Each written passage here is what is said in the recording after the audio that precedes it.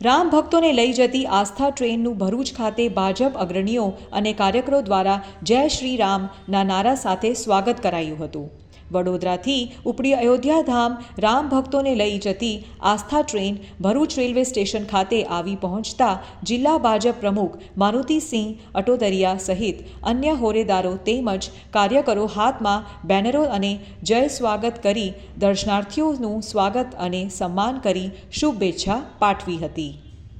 દરેક જિલ્લેથી રોજ એક ટ્રેન અયોધ્યા ખાતે દર્શનાર્થે પસાર થઈ રહી છે, ત્યારે ભરૂચ જિલ્લો ભારતીય જનતા પાર્ટી આજ રોજ વડોદરાથી ઉપડેલ હિન્દુ પ્રદેશ સમાજ એવા ભગવાન શ્રી રામના મંદિરે દર્શન કરનાર જેના દર્શનાર્થીઓને આવકારવા અને સ્વાગત કરવા માટે આજ રોજ ભરૂચ જિલ્લા ભારતીય જનતા પાર્ટીના સૌ કાર્યકર્તાઓ ભેગા થયા છે।